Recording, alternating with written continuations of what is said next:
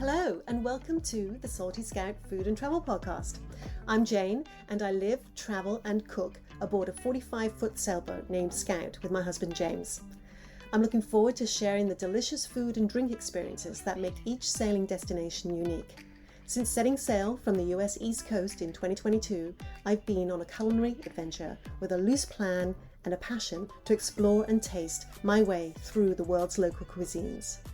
Whether you're an avid adventurer, fellow sailor, armchair traveller or food enthusiast, join me on this journey as I discover local foods, drinks, recipes, cooking techniques and restaurants, as diverse as the places we visit. Hello and welcome back to my second episode of Salty Scout. And today I'm going to talk about typical and traditional Colombian food. But before I dive right into that, I'd like to give an update on where Scout was during our time in Colombia. As I may have mentioned in my previous episode, Scout was left in Club de Pesca Marina in Cartagena during the summer hurricane season for about 4 to 5 months. During the final few weeks while Scout was in Colombia, we did a lot of boat jobs in preparation for the next season. A few of those were replacing the anchor lights at the top of our mast because the previous one was way too dim and nobody could see us, and what's the point of that?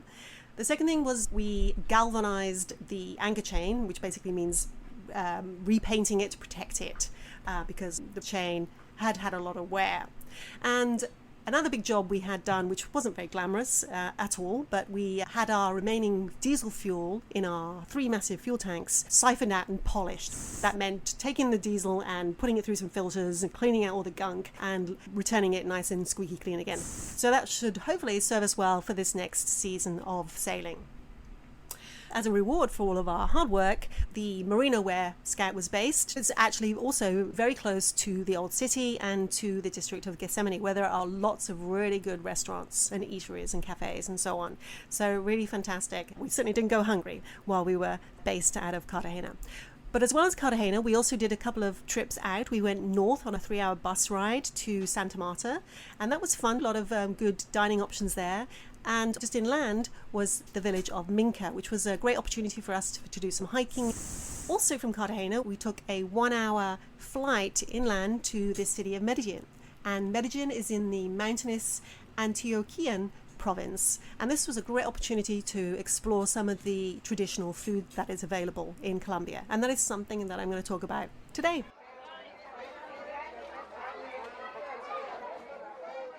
On our travels around Colombia, we found that the Colombian cuisine was in fact very multicultural, so a blend of indigenous, Spanish and African influences.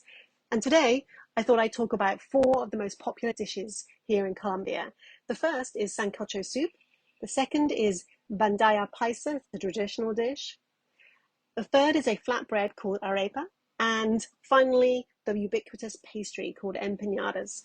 I'd also like to bring in Colombian chef Daniel to give his top 4 most popular Colombian beef dishes. First though, I'd like to introduce Maria at restaurant Celele, a very highly regarded restaurant in Cartagena. She will summarize the typical dishes at this traditional restaurant that is said to embrace something which I had not heard of before, but called edible biodiversity, which embraces Caribbean culture and customs. Salale is a restaurant to try to express the whole biodiversity of the Caribbean coast. Every single dish is special, is different. We work here with seasonal ingredients. Is there any one particular dish that a classic? We change our menu like every single 4 or 5 months, but we have some special ones like the Caribbean flower salad. We have also the buffalo burrata or the crab, and I think as a main core, our signature dish, the salale style pork. The pork, yes. Yes. Oh wow, I'll look forward to checking that out. So, thank you so much. You can take a look and you will tell. So yeah, Maria's reference to the pork was what many Colombians called sancocho. And it's a very popular and very adaptable Latin American soup or stew that can be made not only with pork actually, but also with fish, chicken, beef. You may also find within the broth corn on the cob, chicken legs, yucca, plantain, coriander, and potatoes. Maria at restaurant Celele suggested I try their equivalent of the sancocho with the pork terrine and with mashed beans and plantain and yucca. It also had this sancocho broth with a sweet spicy essence poured around it. So then we have here the salad style pork, like I told you before, it's like a local broth. The name is sancocho. We make our own version of the dish, and at the base you're gonna find a lot of Caribbean beans made with different preparation, textures, and tastings. We have also the terrine pork with apure that is made with guineo paso. There is a local plantain with fresh cabbage, coralito flour, coriander powder, and chive. We put the broth, the sancocho, have different versions around the country. I told you this one is typical from La Guajira. It's made with pork, vegetable, yuca, plantain, and yami. And we finish the dish with this oil that is made with sweet chilies, just to give it some flavors.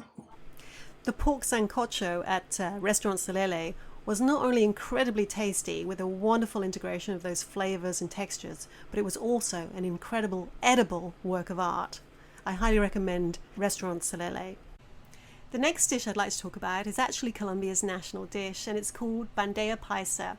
So bandeja paisa is a platter that is both generous in portion size and in variety. So there's lots going on within the bandeja paisa dish. It's originally from the region of Antioquia, but it's eaten nationwide now.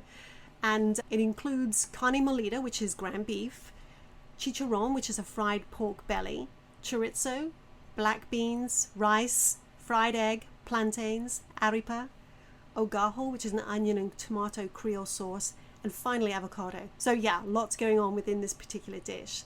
And as you can imagine, it's quite large in size. So when we had it at a restaurant, we just ordered one, and yes, it was definitely filling for both of us.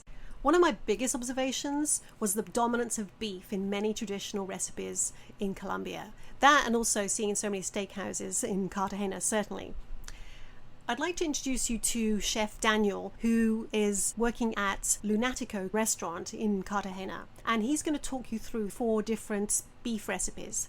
The first is the posta negra dish, that is a roast beef in a spicy sweet sauce. The second is the lomo al trapo, which literally translates to tenderloin or sirloin in a wine-soaked towel. The third one is carne asada, which is in a chimichurri sauce. And finally, the carne mechada, that can be a slow or pressure cooked beef. So I'm gonna name 3 types of beef that you normally use in Colombia that are, or let's say dishes. It's called posta cartagenera.